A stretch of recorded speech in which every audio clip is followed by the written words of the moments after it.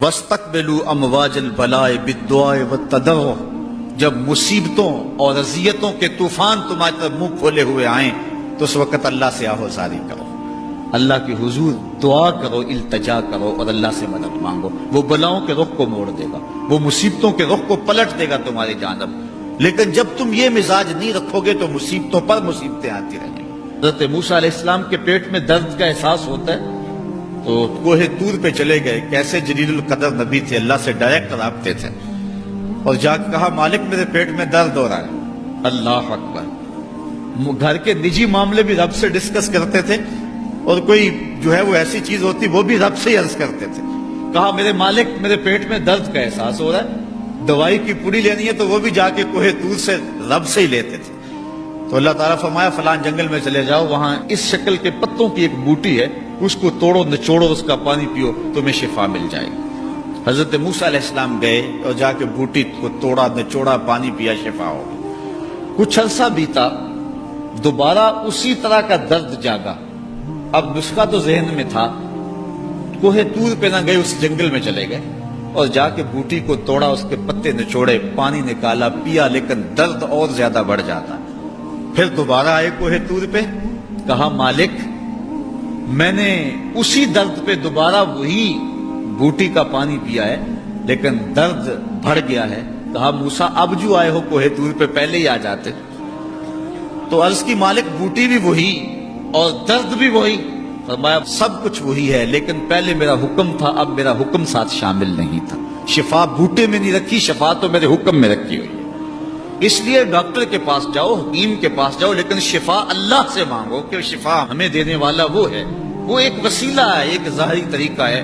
حضور علیہ الصلوۃ والسلام اللہ اکبر کیا خوبصورت ارشاد فرما رہے ہیں، حسنوا اموالکم بالزکات، اپنے اموال کو زکوٰۃ سے پاک کرو، وداووا مرضاکم بالصدقہ، اور اپنے مریضوں کا علاج صدقے سے کرو۔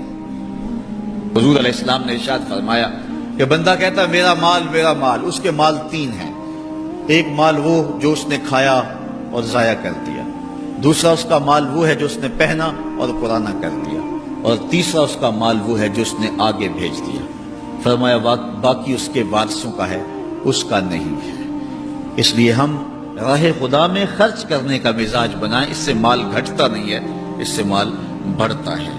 بلکہ جب راہ خدا کے اندر ہم خرچ کرتے ہیں تو ہمارا جو دوسرا مال ہے وہ بھی پاک ہو جاتا ہے۔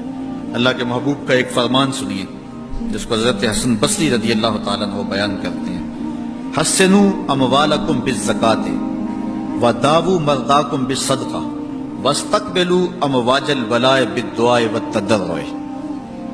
فرمایا کہ اپنے مال کو، اپنے اموال کو زکوٰۃ سے پاک کرو اور اپنے مریضوں کا علاج صدقے سے کرو، اور جب مصیبتیں اور بلائیں تمہارا رخ کریں تو پھر دعا سے اور اللہ کے حضور زاری سے اللہ کی مدد چاہو۔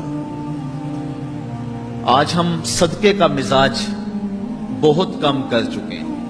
اسی زمانے میں ایسا ہوتا تھا کہ جب کوئی بیمار ہوتا تھا تو سب سے پہلا کام لوگ یہ کرتے تھے کہ صدقہ دیا کرتے تھے، ڈاکٹر کے پاس پھر جایا کرتے تھے، حکیم کے پاس پھر جایا کرتے تھے، سب سے پہلے اس کی جان کا صدقہ دیا کرتے تھے۔